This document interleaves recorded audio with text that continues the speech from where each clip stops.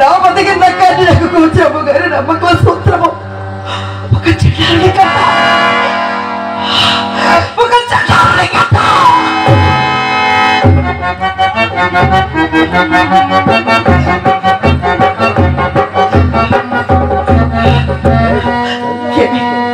చెడ్డారుడా చెడ్డారుడు కాదు స్వామి హరిశ్చంద్రుడు నా స్వామి నా స్వామి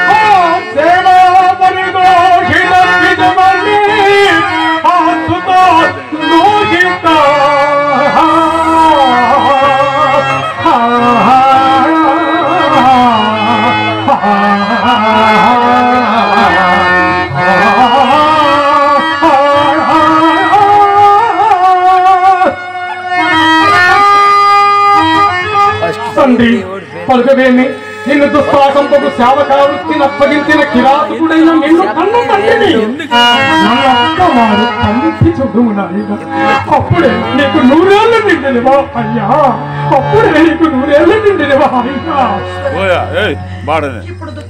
ఆత్మ నేర్చిపోయి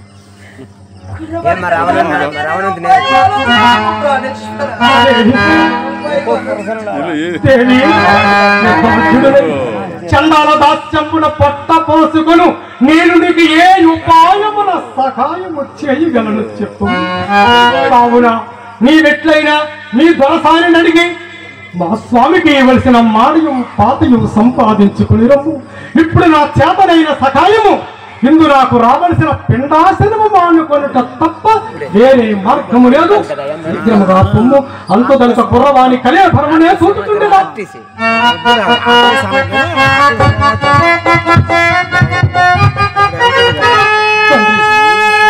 నీ ప్రాణమునక కాలసర్పం ఎక్కడ దాపురించను నిన్ను కన్న తల్లిదండ్రులు ఎన్నో దుఃఖములను భరింప రాళ్ళు వలె బ్రతికి ఉండగా నీ అనాథమై కొదకిచ్చే దుర్మరణందుకు అనేటివి కదా అప్పుడే నీకు 100 ఏళ్ళు నిండినవా ఇంకా దుఃఖించి మాత్రమేమి ప్రయోజనము కాటి పన్నులకై పోయిన దేవి ఇంకనూ రాకున్నదే ఏమీ తెలవారుతున్నది ఎక్కడ కలకలము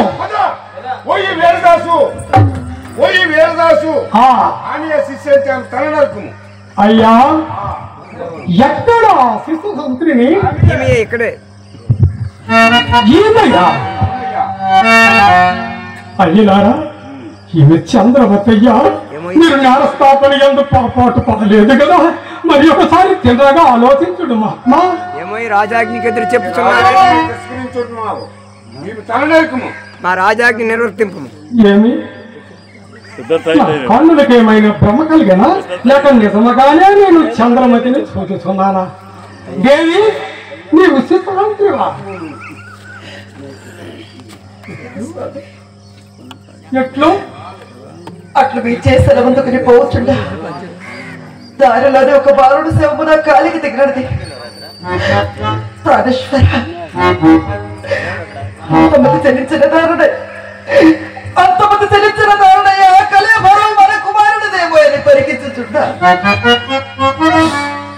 యమకింకరులు బోలిన రాజభటుల చోటికి వచ్చి పోసి నిర్భాగ్యురాలా రాజభటులు ఎలా తప్పిదమని నన్ను కొట్టుచు ఒక నెల పడిన పొడవైచి దొంగ చిక్కరైన రాజ్య సాధించమనుకు నన్ను కొనిపోవా.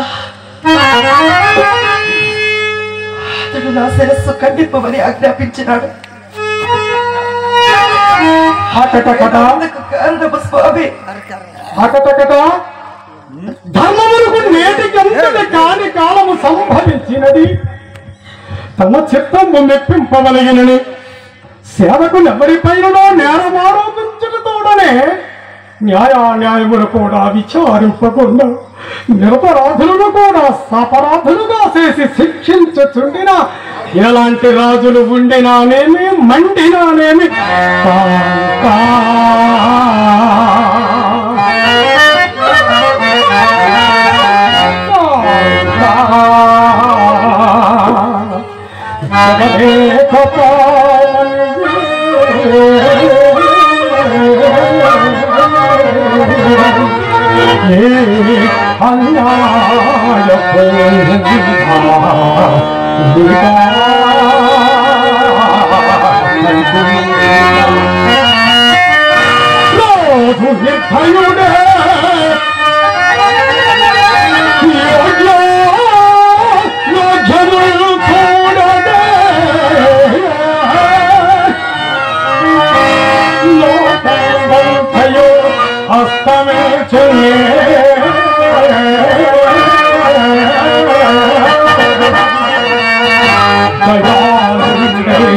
దేవుడులే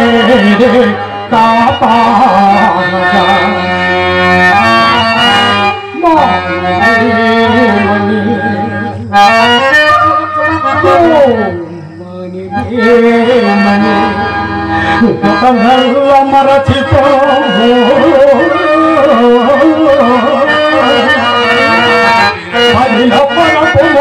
ఏకాగ్ర హృదయ ముక్తి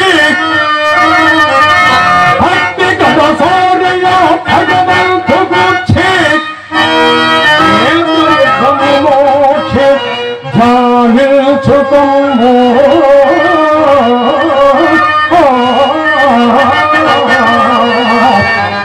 దయాళుడైన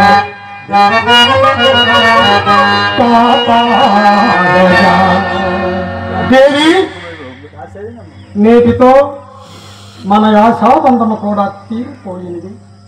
నేను ఇంకా స్వామి ఆజ్ఞలను ఏర్పడ తప్పదు కదా.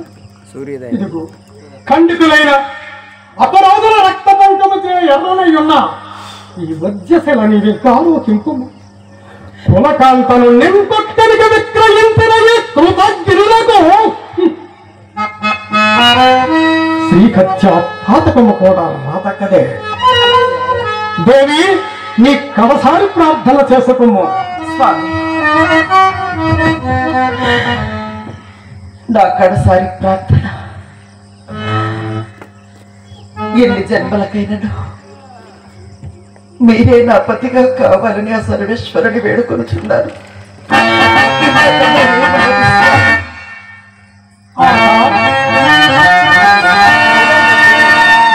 నా ఈ జగన్నాటకములకు నిర్వహణ సంధి నా భార్య వధ విధానంతో ముగిచున్నది కదా. నేనింత ఘోర పాతకుడను.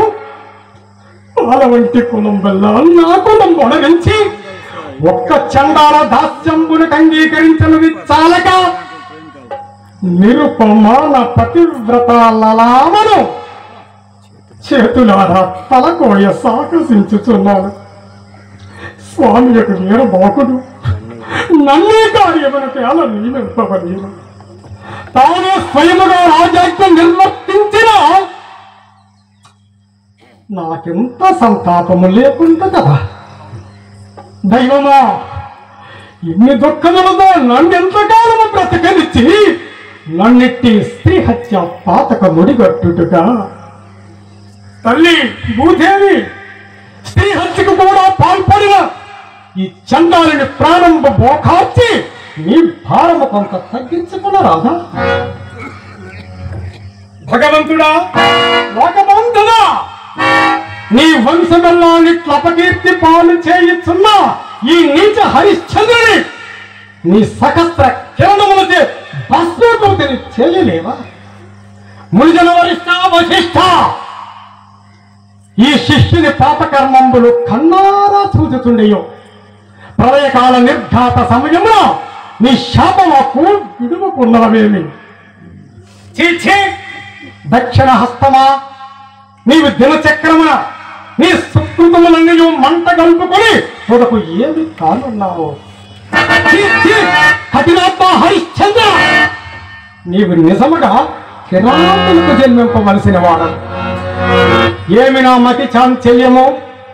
పవిత్రమైన సత్యవ్రత రక్షణార్థమై నేనిప్పుడు ఎంత సాహసమైన ఆచరింపవలసినదే. దేవి సిద్ధముగా నుండుము.